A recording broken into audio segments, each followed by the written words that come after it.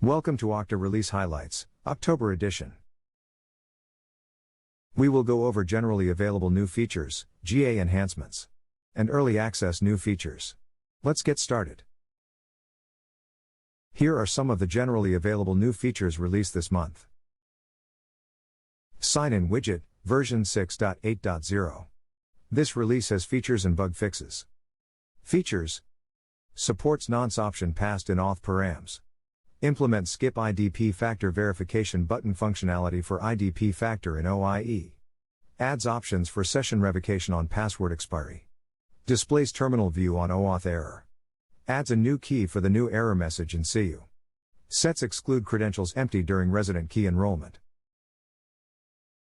Okta LDAP Agent, version 5.15.0 release, has bug fixes and hardening around certain vulnerability issues. Please read the version history. Okta RADIUS Server Agent, version 2.17.6 release, has bug fixes and security enhancements. Next we have Okta On-Prem MFA Agent, version 1.6.0. This version of the agent contains security fixes. See Okta On-Prem MFA Agent version history. Non-deletable Default Authorization Server is a custom authorization server provided by Okta so that customers can quickly get started working with Okta. Note: if a customer deletes the default authorization server, it can't be restored, causing confusion and disruption. This enhancement prevents you from deleting the default authorization server, although you can disable it if isn't required. This will aid in identification. Okta adds a default label for the default authorization server in the admin console. See API Access Management. Okta LDAP Support. With this release, Okta now supports Oracle Directory Server Enterprise Edition LDAP integrations with the upgrade to LDAP Agent version 5.6.3 and later.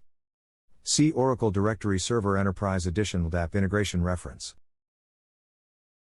eDirectory LDAP Support. Okta now supports eDirectory LDAP integrations with the upgrade to the LDAP Agent version 5.6.2 or later. See eDirectory LDAP integration reference for more information specific to eDirectory LDAP integrations. When you're installing the Okta LDAP agent, you'll need this information to integrate your eDirectory with Okta. Dynamic Routing Rules. Pause. Org admins can now consolidate multiple IDP routing rules into a single dynamic routing rule. Dynamic routing rules use expression language to match users to any IDP, based on attributes of their login object.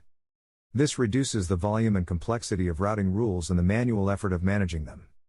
For details, see Configure Dynamic Routing Rules. Moving on to GA enhancements. On-Prem MFA Agent Security Provider. Download the latest version. Note: the On-Prem MFA agent now uses a FIPS-compliant security provider. Generate private key in PEM format. You can now use either the PEM or JWK format for the private key when generating a public/private key pair from the admin console. The public key doesn't support PEM.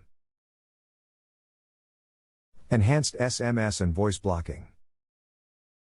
Additional measures are now applied to block suspicious SMS and voice traffic from countries that are typically at risk of toll fraud attacks. Blocked transactions display a deny status in the system log. See release notes. Email notifications for agent connection issues. Customers are now notified by email in cases of mass agent disconnect/reconnect issues. Email provides details to help admins troubleshoot and take actions. Username match criteria. A new organization security setting determines how a user's profile is matched when they sign in. Allow short match lets users sign in without their domain, while match entire username requires the domain. See General Security. OIN Manager enhancements. For more support and ease of use, the OIN Manager landing page now includes a set of support links and a search bar to aid in integration submissions. Improvements to API Authorization Server interface. Administrators working with OIDC client applications can now see a preview of the information contained in the refresh token, and the device secret returned by the authorization server. See Build custom authorization servers for API access management. IDP logos added. Check out the logos that have been added to the existing IDPs. Early access features. Passkey Management. Apple passkeys may be synchronized across multiple devices, including on unmanaged ones, and stored in Apple's data centers. This may impact organizations whose security policies require that credentials never leave the device, or that only managed devices be allowed to connect. Okta now allows admins to block the enrollment of passkeys in their orgs. With the new Passkey Management feature, customers can ensure that security policies continue to be enforced, and potentially compromised devices can be kept from connecting. Existing passkey enrollments aren't affected by turning this feature on. Telephony Usage Report. The Telephony Usage Report displays data about an org's telephony events over time. The report can be filtered by voice or SMS events and helps admins quickly understand usage trends and troubleshoot deliverability or request issues. See Telephony Usage Report. OAuth 2.0 Authentication for Inline Hooks. Okta Inline Hook calls to third-party external web services previously provided only header-based authentication for security. Although sent with SSL, the header or custom header authentication didn't meet more stringent security requirements for various clients and industries. To improve the security of inline hooks, Okta now supports authentication with OAuth 2.0 access tokens. Tokens ensure secure calls to external web services. When creating inline hooks in the admin console, administrators or developers can now select OAuth 2.0 authentication and choose between two methods of OAuth 2.0, client secret or private key. See Manage Keys. Using the OAuth 2.0 framework provides better security than basic authentication, and is less work than setting up an IP allow listing solution. Also see Add an inline hook. Thank you for viewing the October Okta release highlights. For details, please visit the Okta release notes and product notes at the links in the description.